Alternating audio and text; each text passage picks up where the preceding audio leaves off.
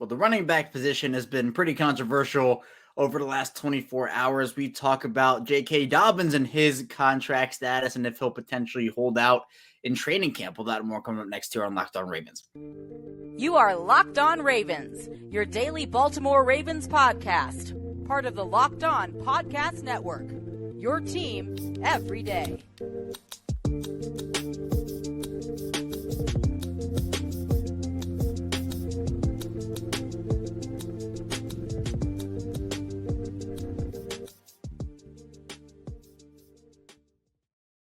Welcome into another edition of Locked On Ravens, your daily Baltimore Ravens podcast. I'm your host, Kevin Ostreicher of Ravens Wire. We are here on the Locked On Podcast Network, your team every day. Thank you so much for being here. As always, making us your first listen every day on Locked On Ravens. We're free and available all podcasting platforms, including in video form on YouTube. If you're an everydayer here, listening to the show every single day. I appreciate that, and thank you for tuning in. If this is your first time, welcome in to the show. I hope you enjoy the content we provide here. Whether you're watching this one, you want to go to another one, we have a ton of shows. And if you're somewhere in the middle between an everydayer and a first-time listener, I appreciate your support here. 5 days a week, Ravens content, Monday through Friday, never missing a weekday on Locked On Ravens. So be sure to tell a friend, tell a family member if you have anybody who's interested in Ravens content, if they're a fan or maybe a fan of an opposing team. But we have lots to dive into. As always, we're getting into the full training camp vibes. Rookies report today, so that's very exciting. Obviously, full team training camp is next week, but we're hitting milestones, and this is another one here today. So in the second part of the show, we will be doing a rookie check-in in honor of the rookies report into camp. But in the first part of the show, I want to talk about J.K. Dobbins and his whole situation. And I know we talked about it about a month ago now. It seems like it was so long ago. But Dobbins, by all accounts, was holding in from Ravens training camp. Now, I don't think that was actually confirmed, but I think we can put two and two together and see that it was most likely a hold in, him not being happy with his contract situation, the tweets and whatnot, and not in honor of, because it wasn't really a great day for running backs, but because of the fact that both Saquon, Barkley, and Josh Jacobs did not get long-term extensions by the franchise tag extension deadline.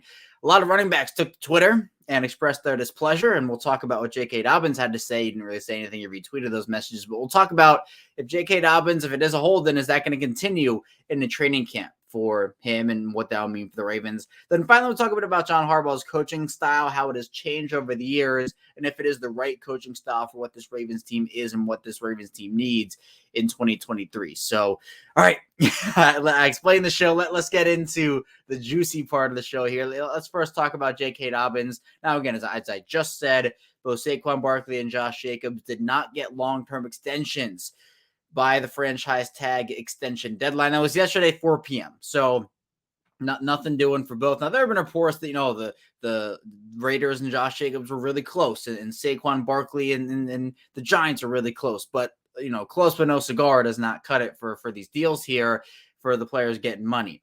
And Saquon posted a cryptic tweet, and a bunch of running backs posted pretty intense messages, and J.K. Dobbins retweeted a lot of those messages. I have the retweets up right here. So, Austin Eckler's been very vocal about the running back position, and, Jonathan Taylor took to Twitter as well, Derrick Henry, Christian McCaffrey. I'll go in order of the way they were retweeted by J.K. Dobbins. Jonathan Taylor said, 1, if you're good enough, they'll find you. 2, if you work hard enough, you'll succeed. If you succeed, you'll boost the organization. And then doesn't matter, you're a running back. JK retweeted that one. Also retweeted Derrick Henry saying at this point, just take the running back position out of the game. Then the ones that want to be great and work as hard as they can give their all to an organization just seems like it doesn't even matter. I'm with every running back that's fighting to get what they deserve. Christian McCaffrey, JK retweeted this one. This is criminal. 3 of the best players in the entire league, regardless of the position. Also, Tony Pollard did not get an extension. And then Austin Eckler saying this is the kind of trash that has artificially devalued one of the most important positions in the game. Everyone knows it's tough to win without a top running back, and yet they act like we are discardable widgets. I support any running back doing what it takes to get his bag. So, yeah, I think there's a lot of controversy surrounding the running back position right now. I mean, the tweet that a lot of these players are responding to was Matt Miller saying, Matt Miller said, been saying it for years, draft a running back, play the running back if he's good, franchise tag the running back one time, and then draft a running back again. So it's this cycle of essentially getting these running backs on super cheap rookie contracts. And then if they're good, you can franchise tag them, and then you just kick them to the curb. And that's what people are saying, where the state of the running back position is in such a bad place right now, where for a player like J.K. Dobbins, who is in it's honestly an interesting spot, because we know he's so good when he's on the field, but that's the thing. He hasn't really been on the field a ton. He had a great rookie season in 2020, but obviously missed all 2021 with the torn ACL. And then came back in 2022, had to have the cleanup surgery. Didn't look like 100% fully healthy J.K. Dobbins, but showed the flashes we had seen during his rookie season. This is a guy who would average 6 yards per carry during his rookie year, has had limited attempts, hasn't had, has had one game over 15 carries in his entire career. But for a player like that, if Dobbins gets injured again this season or doesn't get the workload, and teams are kind of hesitant with already the position right now, Dalvin Cook's still a free agent. A lot of teams, what are all these running backs going to get? Well, what is the contract J.K. Dobbins wants? I don't think that right with the position being what it is, I think running backs deserve to be paid. I've been on that train, but being realistic with the position and where it is right now, I don't think J.K. Dobbins is probably going to get the deal that he is looking for, because even historically, the Ravens don't necessarily pay running backs. And now with this presumed hold-in that happened during mandatory minicamp, now the question becomes, Kadri Ismail and I talked about this when it first happened, and Q made a great point. He said, how long or how much is J.K. Dobbins willing to drag this out? How willing is J.K. Dobbins to go all the way with this? Is he going to hold out in the training camp into the regular season to make a point and to get the contract he wants at this point?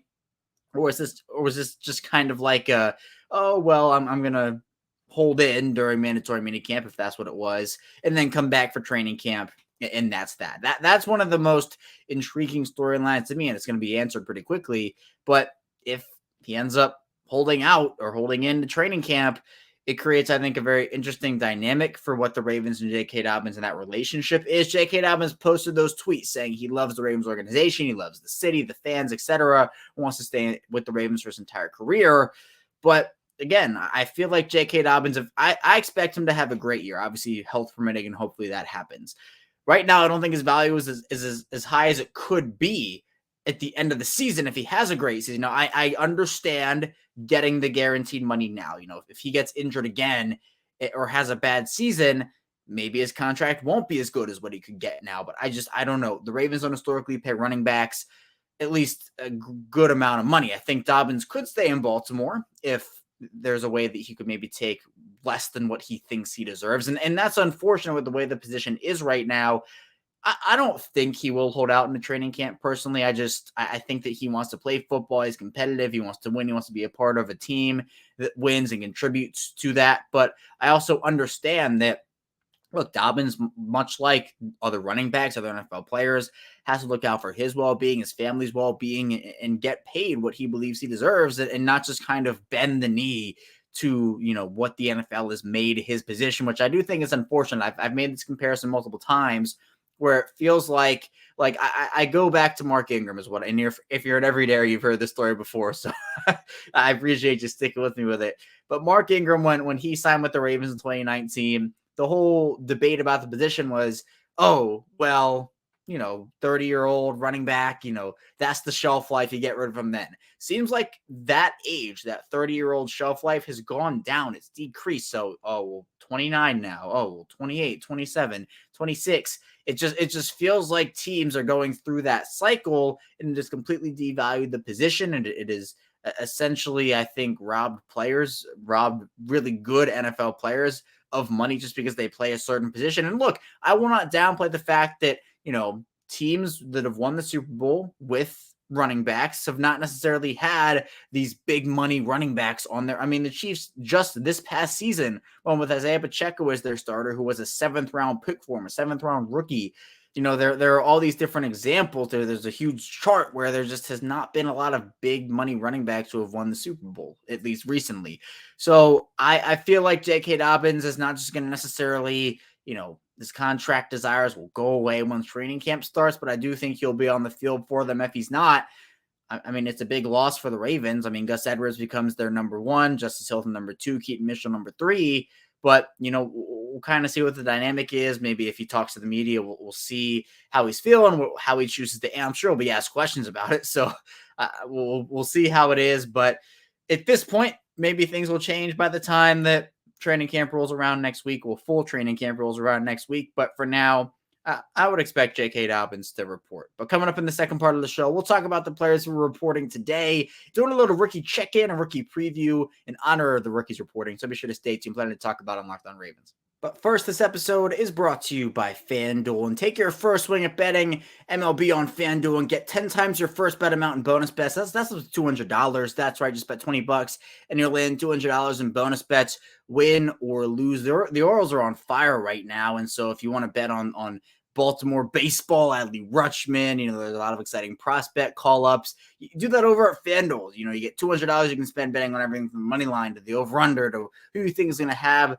the first home run in a game. That could be Adley Rutschman. That's all in an app that's safe, secure, and super easy to use. Plus, when you win, you get paid instantly. There's no better place to bet on all the MLB action than FanDuel, America's #1 sportsbook. So sign up today and visit FanDuel.com/locked on. You have $200 in bonus bets. That's at FanDuel.com/locked on.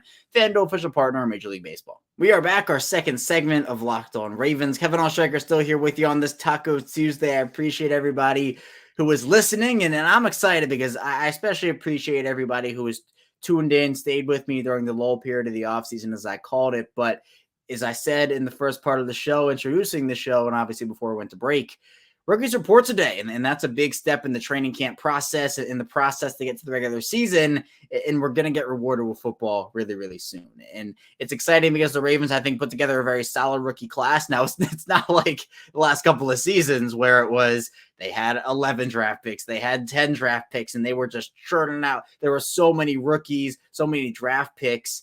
But this year was only 6 guys. Now, there was a lot about, the Ravens are probably going to trade back, accumulate more picks, like maybe trade one of their mid-round selections.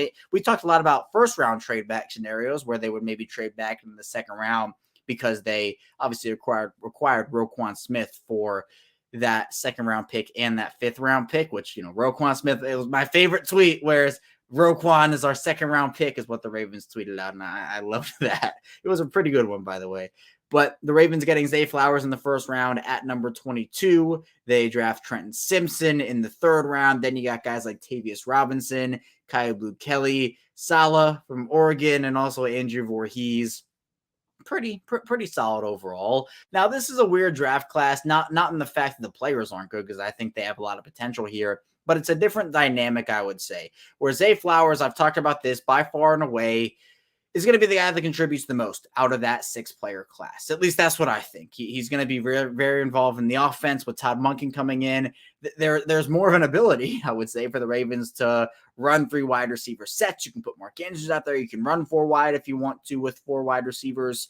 But there's just so many situations where Zay Flowers being this team's, I'd call him the number 3 right now behind Odell Beckham and Rashad Bateman. And we talked about who's wide receiver 1 on this team a couple of shows ago. So if you want to check that out, I highly recommend looking back at some old episodes of ours here on Locked On Ravens. But Flowers is a number 3. Is going to get a lot of snaps. I'd say going to get a pretty substantial workload. And I think will be in the conversation for Offensive Rookie of the Year. I would definitely put him in that conversation. Now, does he actually win it?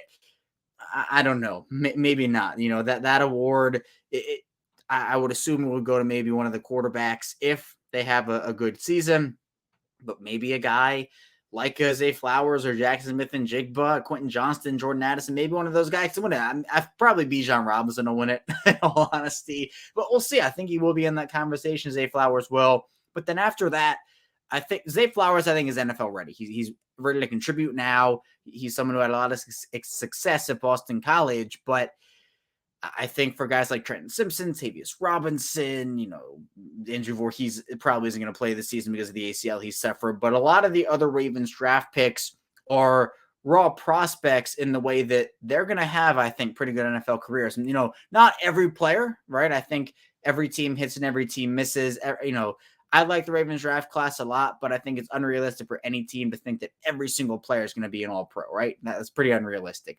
But I think that the traits that a lot of these guys have, they can be coached up. but it might not be a this year thing. Like Tavius Robinson, I wouldn't expect contributions from him for a couple of seasons. Maybe a guy like a Trenton Simpson, depending on what the Ravens view his role as. If he's a backup inside linebacker to them, well, maybe like if he is an inside linebacker, he's playing behind Roquan Smith and Patrick Queen, and he's such a versatile piece. You can put him on the edge, put him, deep, put him on the line. You can do so much with him. So that it's just a matter of figuring out where he actually fits on the Ravens defense, and that could take them a year or two. I don't know. A guy like Saleh, who he's a traitsy guy, has a lot of traits, but I didn't think was going to be in the conversation, is now in the conversation to start at left guard. So we'll see if he actually starts there. And then Kyu Blu Kelly, I feel like, and I've said this, if you're an everyday, you know it, I think Kyu Blu Kelly is going to have the second biggest impact from the Ravens rookie draft class in 2023, just because, 4-year guy, 2-year starter at Stanford, all around the football, and fits the physicality mold that the Ravens cornerback room has and the Ravens secondary has. Now, undrafted guys, there are a couple guys to be excited about. As I've talked about before, Dante Demas is my current favorite for the 6'5" wide receiver spot, has that 6'4" frame and the skill set. I just think the Ravens, they don't have that tall red zone jump ability wide receiver. Now, Mark Andrews can do it. Isaiah Likely can do it. And, I'm not saying that players like Odell and Rashad Bateman and Zay Flowers and all those guys can't win contested catch situations, but they're not 6'4", right? I think Dante Demas plays bigger than Miles Boykin. And I'm talking about Miles Boykin because he was a 6'3", 6'4" guy that played like he was like 6'5", 5'11", and it just didn't work out. Demas goes up there, catches the football. He coming off, an injury at Maryland, so that's something to monitor. But I still think that he is my favorite, and he's one of my undrafted gems that I think the Ravens are going to uncover here, and I think they already have uncovered. And hopefully he'll have a good preseason in training camp. Also, Keaton Mitchell, someone I briefly mentioned earlier in the show. I love Keaton Mitchell personally, somebody who has incredible speed. And, it's a skill set change. Again, J.K. Dobbins, Gus Edwards, even Justice Hill, great running backs, but they don't have that, game-breaking speed. Keaton Mitchell, very successful at ECU. I'm really excited for what he can bring to the table here. So I think his rookies report today, it's a step in a direction of excitement for the Ravens. But again, it's not like the Ravens have 10 or 11 rookies coming in this season. There are still so many other players who can contribute veteran-wise, where I think this is a much more, I don't know if mature is the right word, because I don't think they were immature before, even with the rookies. But now you're getting classes like these 10 pick classes, 11 pick classes. They're now in year 2 and year 3, and that is a huge experience jump for them. So I'm not expecting too much production-wise this season for the rookie class. Again, I think Zay Flowers is going to have a great year. Kyu Blu Kelly, I think, will get some snaps in. But look, injuries happen, so maybe Trenton Simpson has to step up. Maybe Tavius Robinson does. We'll see. But I do think that for what the Ravens have right now, they don't necessarily need the rookie class to contribute a ton because of what I just talked about with the veteran leadership, the depth of the positions. They didn't need to draft so many rookies this year because they've already done it, first of all, and that depth that they've accumulated through the draft, trade, free agency.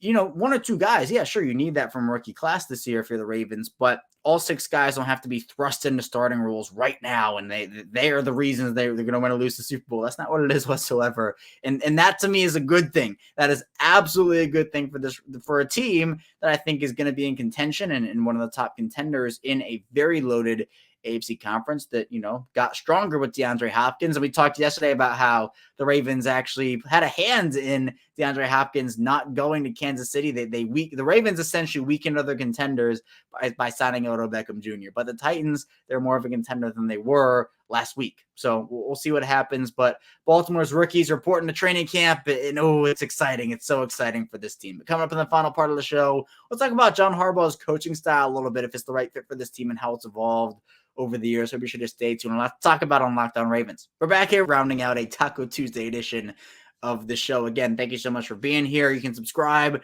for free, no money involved here, no paying for anything. You get it for free in video form and for free in audio form. It's the same show, both audio and video. So if you want to listen on the way to work one day, and then maybe the next day you want to watch in, video form, see my face, my background. In the background, it's a work in progress. We're actually going to be changing it up a little bit over the next couple of weeks. I don't know when it's going to change, but it will change before the season starts. So be on the lookout for that.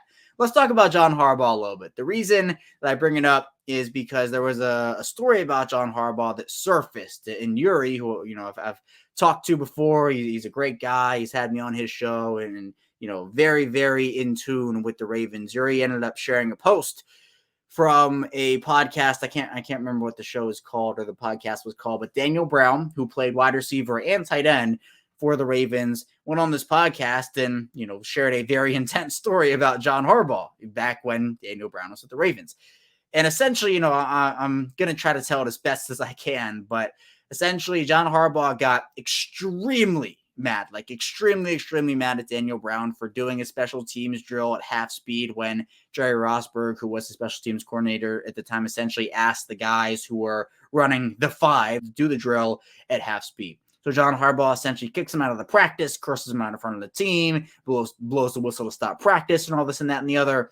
And then Jerry Rosburg, Daniel Brown asked Jerry Rosburg to go over there and explain, hey, John Harbaugh got mad at me for this, and he told me to do it this way. So Rosburg went over, he explained it, and then I guess Harbaugh pulled Daniel Brown aside before a team meeting and said, hey, look, I'm not going to apologize to you because you don't deserve it, but I shouldn't have said the F word, which essentially is what John Harbaugh said.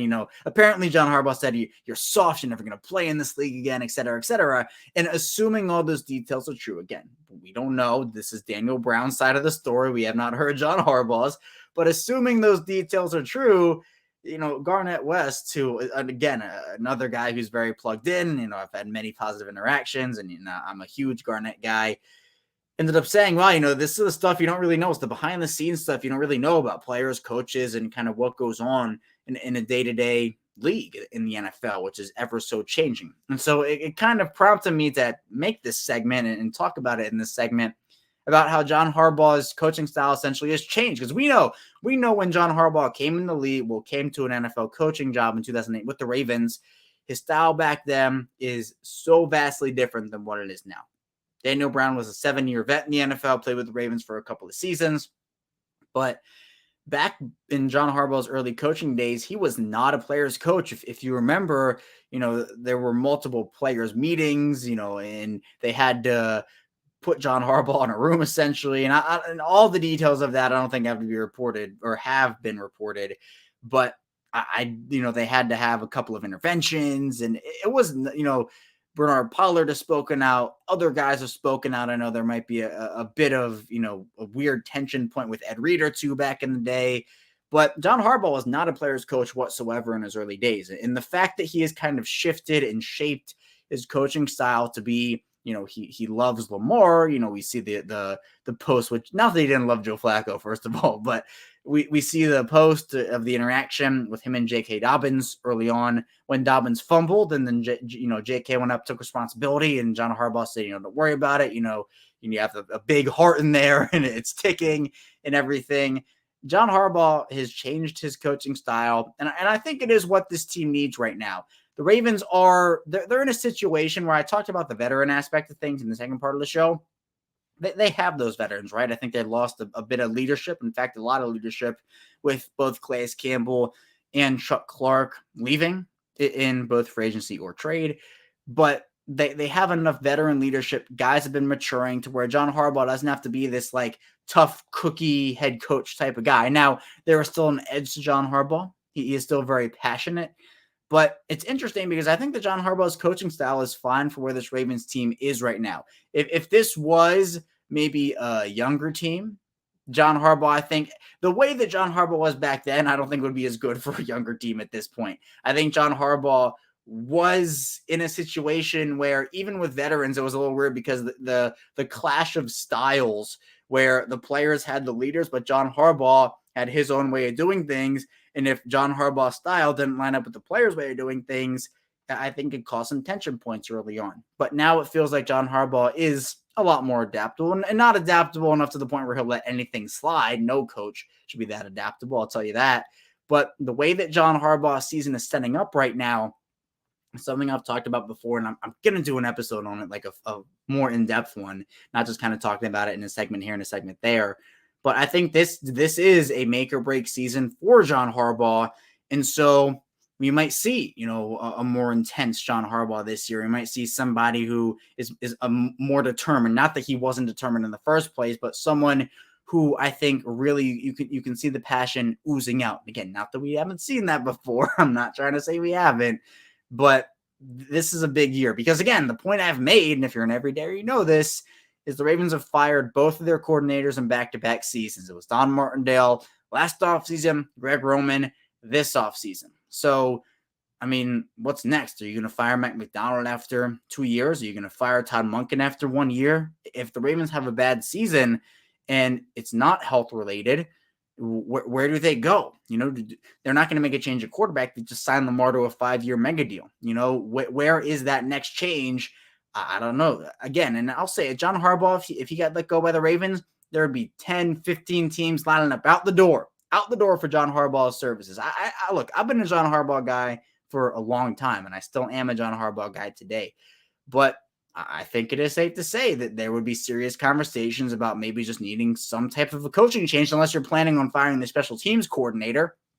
Because look, no one is immune to blame. No one is, and Ravens fans, the Ravens, blaming Greg Roman. That was the thing that happened. Greg Roman is gone. There's no longer that, oh, well, everything's Greg Roman's fault. Well, what's going to happen when Greg Roman gets fired? We're never going to know because he's always going to be here.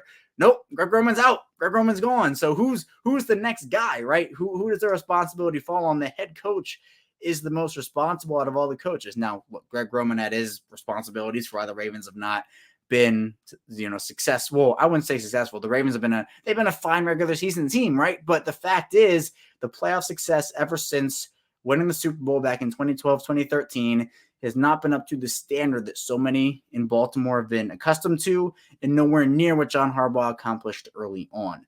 So I think John Harbaugh is still a very capable head coach. His coaching style, I think, it's fine for what the Ravens need right now. I'm not saying that, all of a sudden John Harbaugh is not a fit for the team because they've made so many changes. I think he did a great job this year of establishing and assembling his coaching staff to the offense and the defense about just shifting guys around, hiring the right people.